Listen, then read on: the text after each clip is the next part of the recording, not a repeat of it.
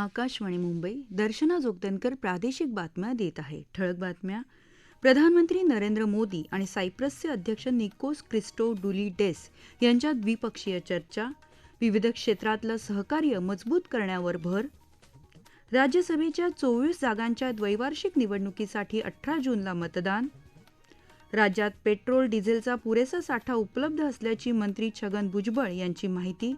आवश्यक तितकंच इंधन खरेदी करण्याचं आवाहन. आणि चंद्रपूर जिल्ह्यात वाघाच्या हल्ल्यात 4 महिलांचा मृत्यू.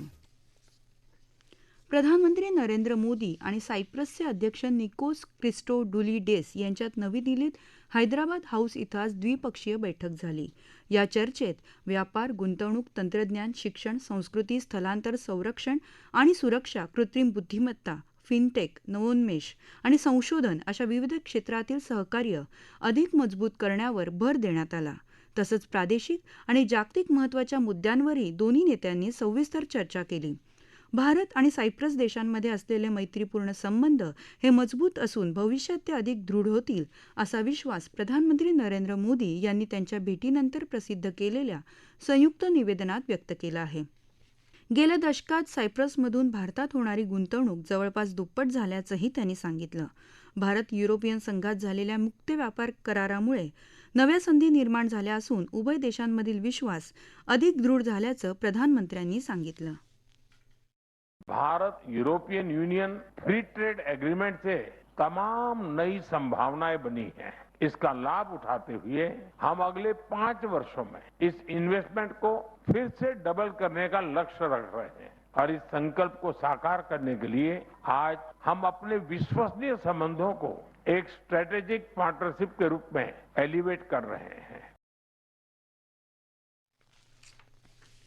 गेल्या वर्षभरात भारत सायप्रस आणि भारत युरोपियन संघ संबंध अधिक दृढ झाले आहेत असं सायप्रसचे अध्यक्ष निकोस क्रिस्टोडुलिडेस यांनी सांगितलं.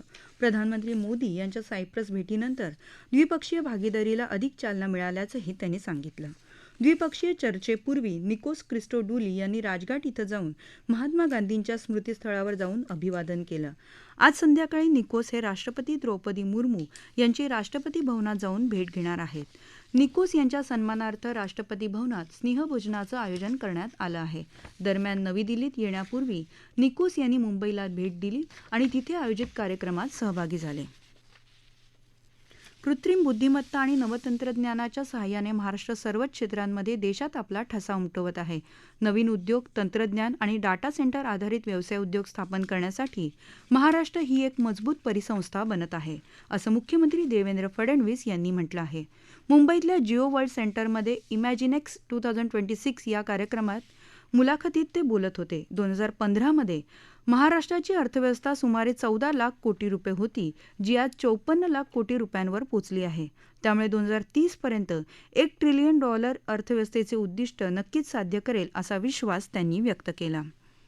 10 राज्यांमधल्या राज्यसभेच्या 24 जागांसाठीच्या द्वैवार्षिक निवडणुकीचं वेळापत्रक निवडणूक आयोगाने आज जाहीर केलं. ही निवडणूक 18 जूनला होणार असून त्याच दिवशी मतमोजणी होणार आहे. 1 जून रोजी निवडणुकीसाठीची अधिसूचना जारी केली जाईल असं निवडणूक आयोगाने सांगितलं. माजी प्रधानमंत्री HD देवेगौडा, केंद्रीय मंत्री जॉर्ज कुरियन आणि रवनीत सिंग हे राज्यसभा सदस्य पुढल्या महिन्यात निवृत्त होत आहेत. तसंच आंध्र प्रदेश, गुजरात आणि कर्नाटकातल्या प्रत्येकी 4, राजस्थान आणि मध्य प्रदेशातल्या प्रत्येकी 3, झारखंडमधल्या 2 आणि मणिपूर, मेघालय, अरुणाचल प्रदेश आणि मिझोराममधील प्रत्येकी 1 जागा रिक्त होणार आहे. याशिवाय राज्यसभेच्या 2 जागांसाठीची पोटनिवडणूकही निवडणूक आयोगाने आज जाहीर केली. महाराष्ट्राच्या उपमुख्यमंत्री सुनेत्रा पवार आणि अण्णा द्रमुकचे नेते CV षण्मुगम हे विधानसभेवर निवडून गेल्यामुळे या 2 जागा रिक्त झाल्या आहेत. पोटनिवडणुकीसाठी 18 जूनलाच मतदान होणार आहे. या प्रादेशिक बातम्या आकाशवाणीच्या मुंबई केंद्रावरून देत आहोत. आकाशवाणी मुंबईच्या एअर न्यूज मुंबई या इंस्टाग्राम पेजवर तुम्हाला दिवसभर महत्त्वाच्या बातम्या वाचता येतील.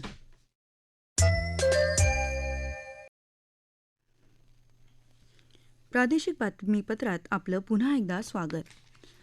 आंतरराष्ट्रीय स्तरावर निर्माण झालेल्या परिस्थितीच्या पार्श्वभूमीवर इंधन टंचाई निर्माण होण्याच्या अफवा पसरवल्या जात असून राज्यात पेट्रोल, डिझेलचा पुरेसा साठा उपलब्ध असल्याची माहिती राज्याचे अन्न नागरी पुरवठा आणि ग्राहक संरक्षण मंत्री छगन भुजबळ यांनी दिली आहे.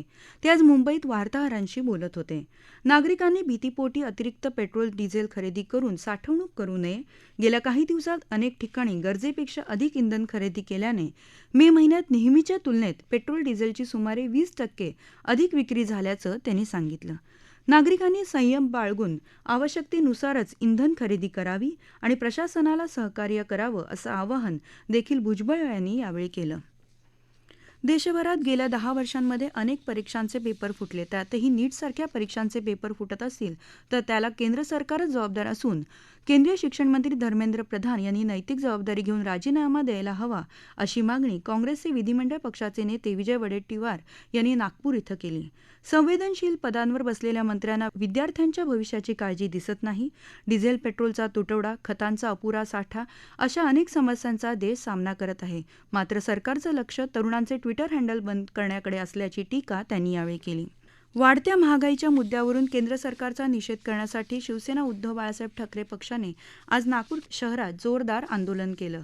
नागपूर शहरातल्या व्हरायटी चौकात मेलोडी चॉकलेटचं वाटप तसंच जोरदार घोषणेबाजी करत आंदोलनकर्त्यांनी यावेळी सरकारची खिल्ली उडवली.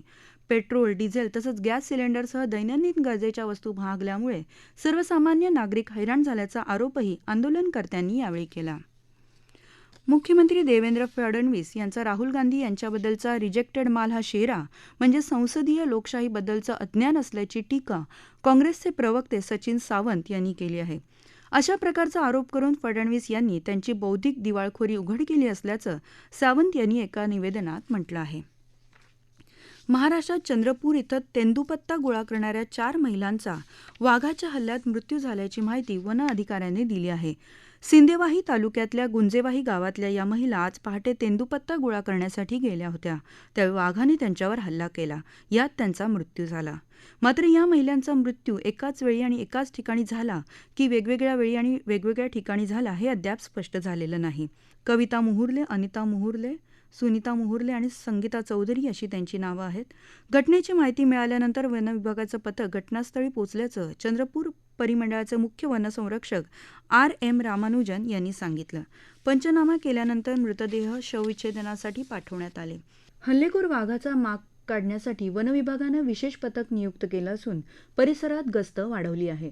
नागरिकांनी पुढील काही दिवस जंगल परिसरात एकट्याने न जाण्याचं आवाहन वनविभागानं केलं असून कोणतीही संशयास्पद हालचाल आढळल्यास तात्काळ वनविभागाशी संपर्क साधावा असं सांगितलं आहे. मुंबई ॲक्वा मेट्रो लाईन 3 आज सकाळी तांत्रिक बिघाडामुळे सुमारे अर्ध्या तासासाठी बंद पडली होती. या संदर्भात मेट्रो प्रशासनानं कोणतीही घोषणा न केल्यानं या मार्गावरून प्रवास करणाऱ्या प्रवाशांना मनस्ताप सहन करावा लागला. मेट्रो सेवा बंद पडल्याबाबत कोणतीही उद्घोषणा केली जात नसल्याने अनेक स्थानकांवर प्रवाशांची गर्दी उसळली होती. हा बिघाड दुरुस्त केला असून आता ही सेवा सुरळीत सुरू झाल्याचं या पत्रकात म्हटलं आहे. मात्र हा बिघाड नेमका कशामुळे झाला याचा उल्लेख केलेला नाही. मुंबई विद्यापीठाच्या BMS अभ्यासक्रमाच्या 3ऱ्या वर्षाचा अर्थात 6व्या सत्राचा निकाल काल जाहीर झाला. या निकालाची टक्केवारी 83.47% इतकी असल्याचं मुंबई विद्यापीठानं कळवलं आहे. विदर्भासह उत्तर प्रदेश आणि मध्य प्रदेशात आज उष्णतेच्या लाटेचा रेड अलर्ट भारतीय हवामान विभागानं दिला आहे. दिल्ली, हरियाणा आणि चंदीगडला ऑरेंज अलर्ट दिला आहे. पंजाब, बिहार, छत्तीसगड, झारखंड, ओदिशा, राजस्थान, तामिळनाडू, पुद्दुचेरी, कराईकल आणि तेलंगणा या राज्यातही पुढील 2 दिवस उष्णतेच्या लाटेचा इशारा दिला आहे. तर पश्चिम बंगाल, ओदिशा इथं आज आणि उद्या तापमानात वाढ आणि हवेतील आर्द्रता वाढण्याचा अंदाज आहे. ठळक बातम्या पुन्हा एकदा. प्रधानमंत्री नरेंद्र मोदी आणि सायप्रसचे अध्यक्ष निकोस क्रिस्टोडुलिडेस यांच्यात द्विपक्षीय चर्चा. विविध क्षेत्रातलं सहकार्य मजबूत करण्यावर भर. राज्यसभेच्या 24 जागांच्या द्वैवार्षिक निवडणुकीसाठी 18 जूनला मतदान. राज्यात पेट्रोल, डिझेलचा पुरेसा साठा उपलब्ध असल्याची मंत्री छगन भुजबळ यांची माहिती. आवश्यक तितकंच इंधन खरेदी करण्याचं आवाहन. आणि चंद्रपूर जिल्ह्यात वाघाच्या हल्ल्यात 4 महिलांचा मृत्यू. याबरोबरच आकाशवाणी मुंबई केंद्रावरचं हे प्रादेशिक बातमीपत्र संपलं. पुन्हा भेटूया संध्याकाळी 5 वाजता आकाशवाणीच्या मुंबईच्या पुढच्या बातमीपत्रात. नमस्कार.